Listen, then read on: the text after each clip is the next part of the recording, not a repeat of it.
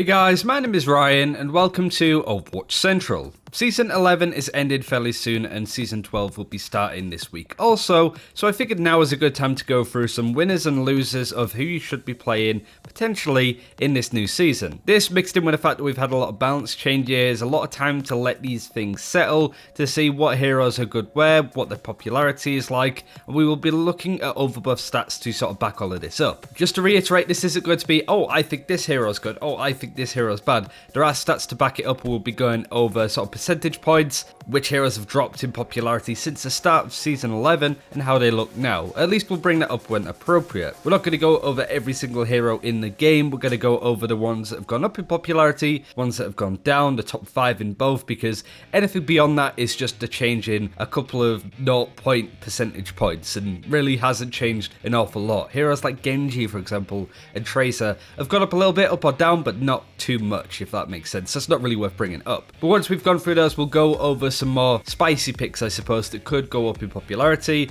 We'll talk a bit about Wrecking Ball, we'll talk a bit about Sombra and Symmetra, and just any other bits and pieces that I feel are worth mentioning. But again, just to point out, the main heroes that we'll be going over are backed up by stats from Overbuff, and then we'll go over some, maybe we should pick up this hero more often because he's quite good. So now that we have the formalities out of the way, let's look at the biggest winners. Now, there are some big changes here, but we'll get to a point where, as I said, looking at percentage changes is irrelevant because, you know, Pharah's gone down 0.11% and such. Roadhog's gone down 0.1. It's not worth bringing up these heroes, to be honest. But the biggest winner by far is, of course, Ana. No surprise there, really. You have a hero that lots of people like to play. Very enjoyable. No matter what tier you're in, she's always really fun to pick up. Always a challenge. Is a really tricky hero to pick up and make use out of, so it is really fun to pick her up in situations where she's quite good. Not only that, you have all of the buffs that have hit her, and nerfs that have hit other supports, which we'll go over later on. Now, if you actually look at Overbuff and look at Ana, you'll see that it says 3.8% and it goes up to 8.5. And just to sort of clear up that doesn't seem like much. He's only played 8.5% at a time.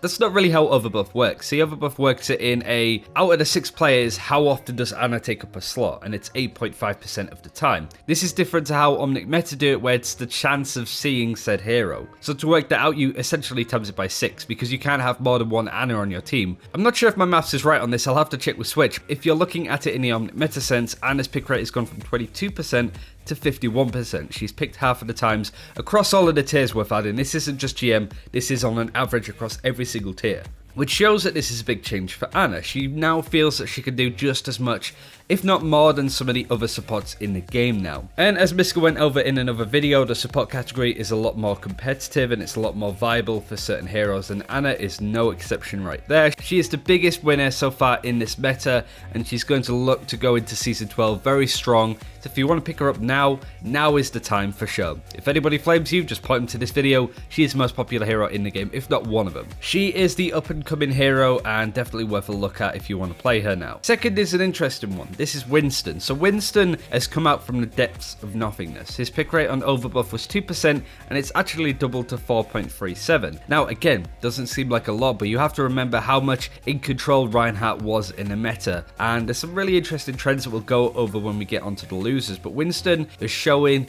that dive is returning in some fashion. There's other heroes that are going to be confirming this theory too, I suppose, that are in this list. And this is one of the main reasons why I wanted to make this video now, because I had somebody in my stream the other day basically say, I wish I could play Winston more, but I can't. And that's just not true. You can play Winston now. This meta that people are saying, oh, it's the triple support Hanzo Graviton, that's so old now. That's almost 2 seasons old. And now it's much more viable. And you can run Winston a lot of the time with different sort of tank compositions. With a Hammond, with a Zarya, you can still make that work. So if you're on the fence about playing this as a main tank, then by all means you should go for it. He is really viable right now. He's not the best main tank in the world, that's certainly worth adding, but he's now starting to climb in a positive trend alongside Moira. Now Moira is an interesting one that's worth highlighting. Remember that I said Ana's gone up 4.7% points, Winston 2.37, Moira's only 1.49, but what you have to bear in mind is this is against all of the competitive spots of the support category,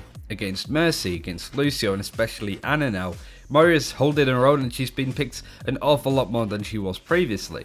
And I feel like this is worth highlighting because she is really good in a lot of compositions. She very much competes against Ana, but she's still going up in a positive trend. So if you do love playing this hero, now again is a great time to play her. You can slot her into lots of different compositions. Gone are the days where, oh, we don't have a Mercy or a Zenyatta, we're going to lose. You can play essentially all of these supports together and you're going to have a lot of good success. The amount of healing output that Moira can put out, and most importantly, the way that she can look after herself and not get picked off by flankers or snipers. Essentially, you are an independent woman that doesn't need no main tank to cover for you. You can look after yourself, you can change the swing of a fight, and I feel that now is the best time, if not ever, to play Moira if you're really into playing her. Otherwise, do play Ana, like I said. This list is pretty much full of supports and tanks because Lucio is next on this list as the 4th biggest winner out of all of the heroes. Again, had a lot of positive changes to him. His healing output has changed an awful lot. The stats for him are going up into the greens, and Miska went over all of this in another video which you can check out on screen, essentially going over the amount of impact, healing, win rate, all of these new supports, or these new support changes might I add, have affected certain heroes. And Lucio's pick rate has gone up positively alongside d.va. d.va's pick rate has always been fairly good. It has dropped off an awful lot. For example, Zarya, Moira, Ana, Mercy and Reinhardt are picked a lot more often than d.va, so she isn't the best hero in the game. She is still pretty strong, often dictated by metas. You know, Zarya can obviously tear a d.va apart alongside a Doomfist, but she's now starting to go up into the positive, simply as I said before, because Winston's coming back, dive tanks at least are making a big impact. But they're the top 5 winners of this meta since the start of Season 11 to now. These are the heroes that are going up in popularity and will continue to become more popular as we get into Season 12. So if you want to pick up these heroes more, I definitely would agree. Now this list of losers, whilst I've just said the winners you should be playing more often, losers as such, it isn't so much that you should be playing them less. The trend is that this meta that we've been in, this sort of must-pick meta of playing certain heroes, is well and truly over. You can guess who's going to be the top of that list. It's going to be Mercy. Mercy has lost 7.36% points.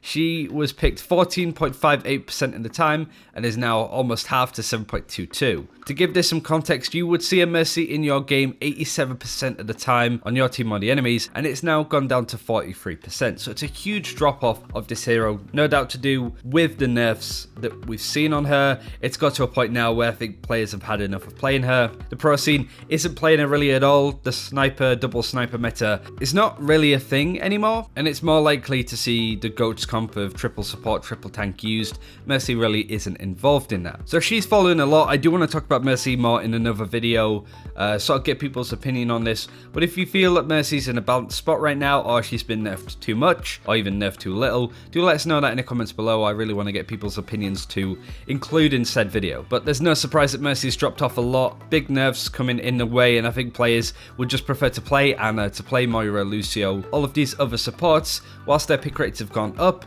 it's all at the expense of Mercy. But it's not all doom and gloom as we go into our next hero that's fallen, which is Reinhardt. Reinhardt has fallen about 3.5 percentage points, but it's worth adding that Reinhardt and Mercy are still the most popular heroes in the game currently. So it isn't the end of the world by any stretch of the imagination. So as I said, these aren't necessarily heroes that you should be playing less. It's just heroes that have been so strong in Season 11, they've gradually fallen out to do with nerfs, to do with a shift of meta. So you can still play Mercy, you can still play Reinhardt, but do be aware that other options are coming up, and there is a reason to that. Reinhardt is on this list, Mercy. Zarya is actually third on it at 2.6% percentage points dropped, along with Zenyatta at 2.21 and Hanzo at 1.45. So that completes a list of losers, but none of these heroes I'd say don't play them. You know, they're no good. It's just all of these heroes have to do with that strategy that I pointed out with the triple support. You'd have a Brigitte in there too. You'd have the Graviton Hanzo combination to completely team wipe the enemy team. Obviously to do with nerfs with each particular hero, and also that combination itself really does show that this meta, this must-pick meta that we thought that we've been in for quite some time, is well and truly over. So do try and stay ahead of the curve with that. You can still play these heroes if you want to play Reinhardt or Zarya where you can still play them, you're not thrown by any stretch of the imagination, as all of these heroes make up the top 10. It's just more be aware that they are on their way out. So if people say, why haven't we got a Zenyatta, we really need a Zenyatta, you can say, actually no, it's not really that necessary anymore. So they're the sort of winners and losers I really wanted to go over. Now I want to go over the notable mentions. There are heroes in here that I feel are worth adding, such as Doomfist. Now Doomfist's pick rate hasn't gone up a huge amount, it's gone from 1.89% to 2.34, which isn't an awful lot. But I do think it's worth adding that he is a hero that players are starting to get their heads around. He's in a really good spot currently, and I do feel like this is going to go up and up. Don't think he's going to be the best pick in the world, but certainly if you want to sort of learn this new hero, find a good amount of effect on him, now is a really good time. Viability in this meta is ridiculous, so I do think that that is certainly worth considering if you want to change up what hero you want to learn for Season 12. Now is a good time to pick out the crazy heroes that you never really got a chance to learn. And also Hammond. Hammond is a hero that came in Season 11, of course, and is holding his own. He's not the most popular tank in the game currently, but he's certainly not the worst. He has a better pick rate than Mei, Symmetra, Sombra. It's not the best, but this might be just because he's come into this season. Needs a bit more data to support how good he is, because I really do feel that he is a sleeper pick currently to pick up in ranked games at least. I really do think that. And finally, at the end of this video, I wanted to look at specific heroes pick rates which are quite interesting to sort of highlight.